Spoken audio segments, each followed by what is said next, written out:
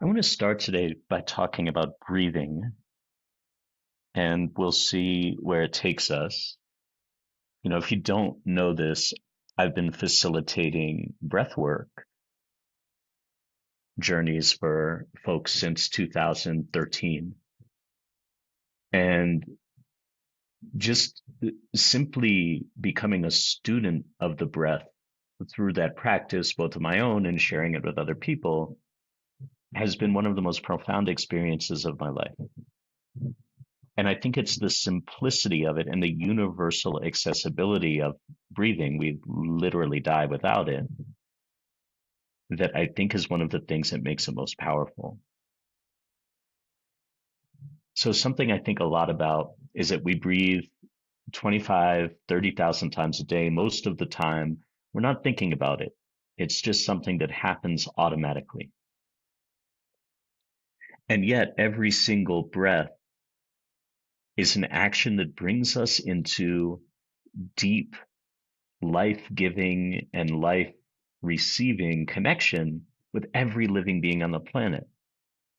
One of my favorite things to do is just stand next to a tree, and as I breathe, just be aware that I'm breathing in oxygen that this tree is giving to me, and that as I breathe out, I'm giving this tree carbon dioxide that it needs to survive. And if you zoom out to a macro level, you can really start to become aware of and feel the fact that we are designed to every day, tens of thousands of times, be reminded of our intrinsic interdependence with this whole ecosystem of life. And yet our culture has evolved in a way to take us out of that, to make us somehow superior to, or to give us collective amnesia that we actually depend on every other living being on the planet to survive, and they depend on us. So there's this incredible complexity that comes with the simplicity of breathing. And something that's coming up as I say that is this idea that, we live in a complex system. And when we talk about systems change, what we're talking about is shifting an incredible array of complex dynamics. And often we try to meet that complexity with incredibly complicated approaches.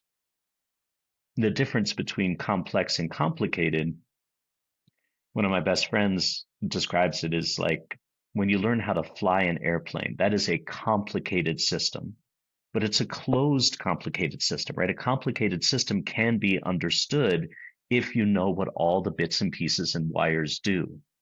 Ideally, in a complicated system, that system doesn't evolve, it doesn't shift. There's no randomness inherent in a complicated system or process. But a complex system is by its nature emergent and evolving and has both positive and negative feedback loops. There's random things that happen in a complex system.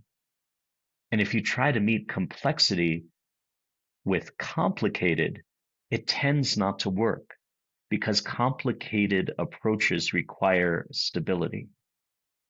So if we think of, systems change, and we try to have a 12 or 1200 step process to implement system change. And that system is complex. What will inevitably happen around step 252 or something is that now the complex system has evolved and your complicated approach no longer works. It also feels really difficult to meet complexity with complexity because now you have two emergent systems influencing each other. But something that I love about the breath is that it's an incredibly simple access point to complexity. The same is true of sound. The same is often true of story. But breath in particular, if we really bring our full awareness to it, gives us access to every biological and physiological system in our body, from the endocrine system to the circulatory system to the immune system, right? If our breath is constricted, if our breath is somehow inhibited or is coming too quickly, every system in our body is impacted by that.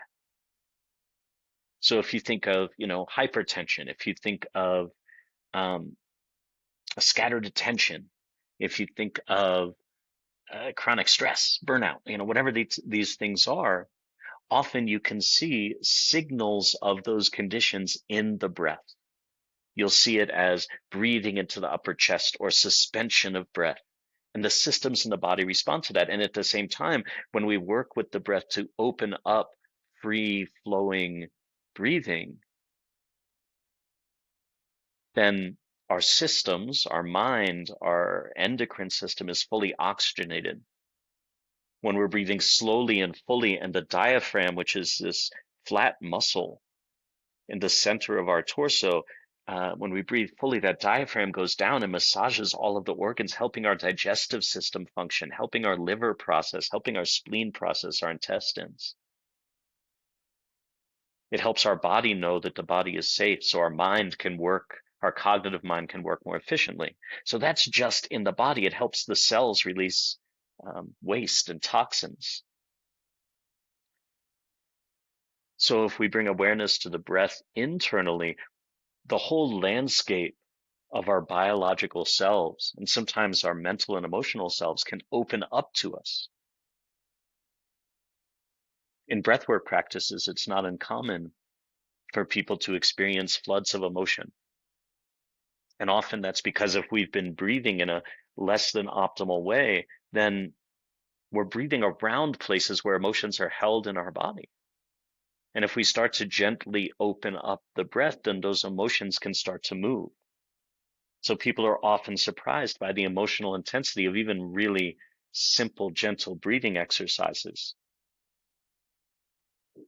And of course, as we start to bring awareness to this incredible connective energy that is the breath, like, of course, it's going to be powerful. And at the same time, if we zoom out, breath can give us access to awareness of the whole web of life unfolding and weaving around us and through us and with us. One of my most beautiful memories was during a wilderness fast in 2000, maybe 15 or 16, where one night there was a huge storm, and I just remember cowering under my tarp, and it was in Death Valley in California, and there's hail coming down, and it was terrifying. And then afterwards, I remember coming out from the tarp and just breathing really slowly with the land and with the cacti, and there were some trees there. And I had never felt a deeper sense of kinship with life than at that moment. I could feel and almost see those threads of breath, those threads of connection between me and all of the beings that were around me.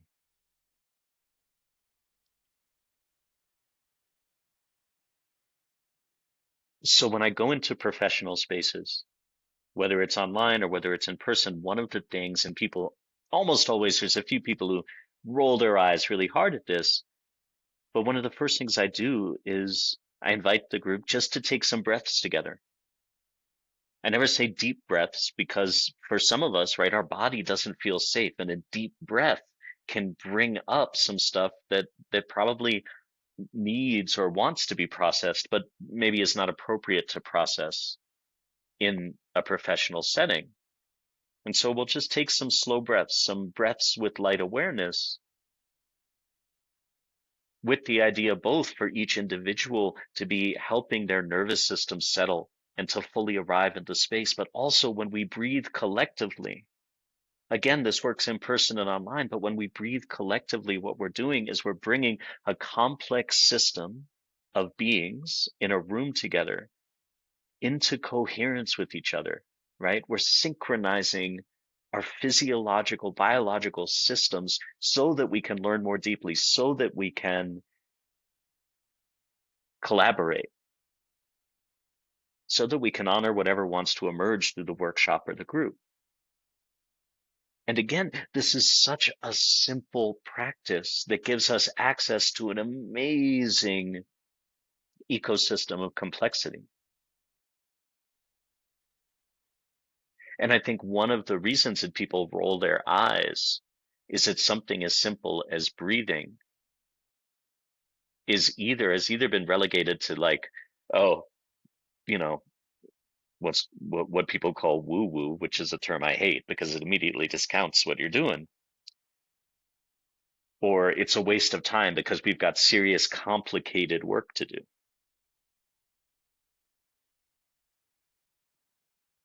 And I think as a culture, we're kind of addicted to not complexity. We actually can't handle complexity. Western culture cannot, as it has evolved up to this point, handle the idea of complexity, but we're addicted to complicated. We think that only things that are um, kind of like an airplane cockpit, that things are incredibly complicated. Those are the things that are worth paying attention to. And so when people come together, for example, for a strategy session, they want to dive right into strategies and tactics and objectives and skip over those simple processes that give us access to complexity that can then be distilled into something that might end up looking complicated. But if we go straight to complicated, we're missing most of the ecosystem. And I think a theme that's emerging in these field notes is the invitation of artificial intelligence, which is incredibly good at complicated. There's almost no reason to go through an in-depth, long-term strategic planning process if all you're going to do is spit out something complicated. AI is better at it. You can give it a bunch of data, give it historical data, give it your vision, and it's going to spit out a pretty good um, draft of a strategic plan. But what it can't do is complexity. What it can't do is emergence. What it can't do is breathe. What it can't do is access an ecosystem of life. So I'm looking and feeling into what are the invitations of this moment, especially given the intensity that we're in, and how might the simplicity of breath, the simplicity of vibration, the simplicity of really becoming aware of story, the stories we're inside of, and the stories that we are telling, the stories that we're participating in. How might we find more space for that simplicity that gives us access to complexity that allows us to move the needle or be part of the needle wanting to move in various ways? There's a real invitation that I'm feeling in my body as I share this to trust simplicity, to trust that it will take us exactly where we need to go, to trust one breath folding into the next, emerging into the next. There's something I'll say often during breathwork practices when I'm facilitating, which is what has happened before this breath does not write what happens in the next breath. That every breath presents the opportunity for transformation and recreation.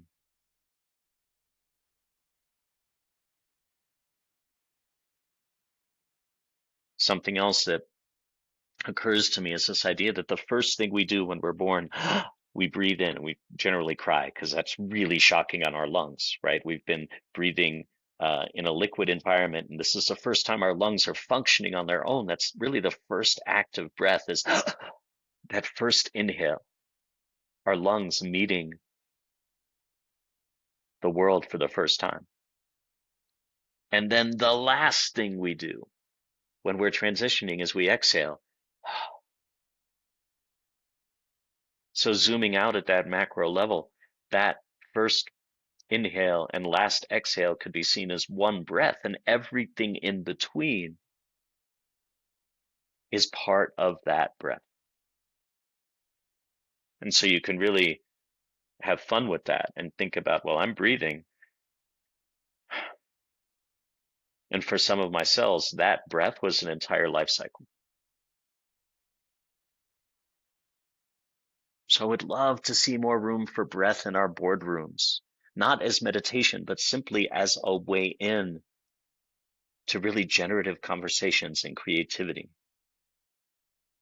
The breath as a teacher, the process of breathing as a teacher. How are our organizations breathing? Where is the breath and flow of energy in our teams stuck? Where is it dysfunctional? Where haven't we been breathing into in the body of our organizations, right? The same questions that we might ask in working with the breath in our body, we can also work with in the metaphorical breath of our work and our organizations. For example, right, as an organization grows, processes calcify.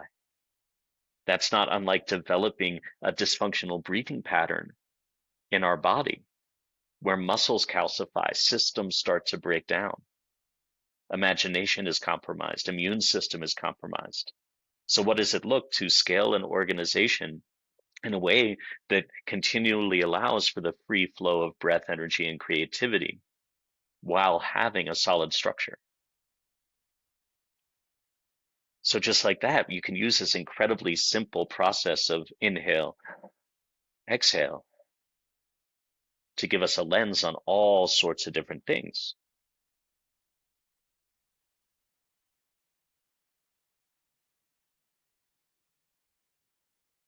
I could talk a lot more about this, but I'm feeling kind of moved to wind it up there.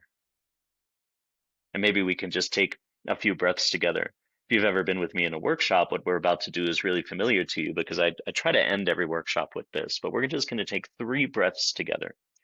If you're driving or walking, you don't have to close your eyes, but we'll just do this really briefly, bringing awareness to the breath.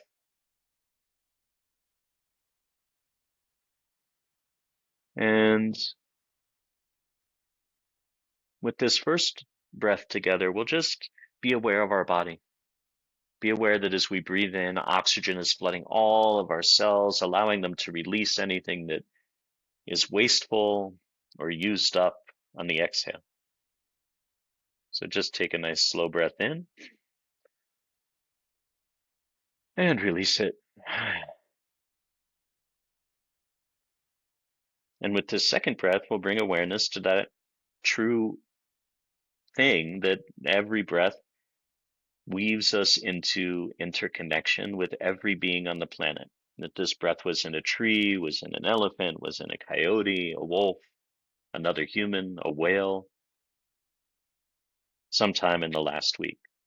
So see if you can allow yourself to become aware of and really feel that sense of connection with all that is as we breathe. So nice slow breath in and release it with a sigh. And with this third breath, we'll expand out further and just acknowledge that because matter is neither created nor destroyed, the molecules of oxygen that we're breathing have been around in one form or another since the very beginning of all things, and will be around in one form or another until the very end of all of creation. And so in a very literal way, every breath is an opportunity to be part of the ever emergent and incredibly complex story of the universe. And the more awareness we bring to that, the more consciously we can engage with that story and with that incredible power and responsibility of creation. So just taking a moment to acknowledge the fullness of all space and time. Nice slow breath in and release. Thanks for listening. See you again soon.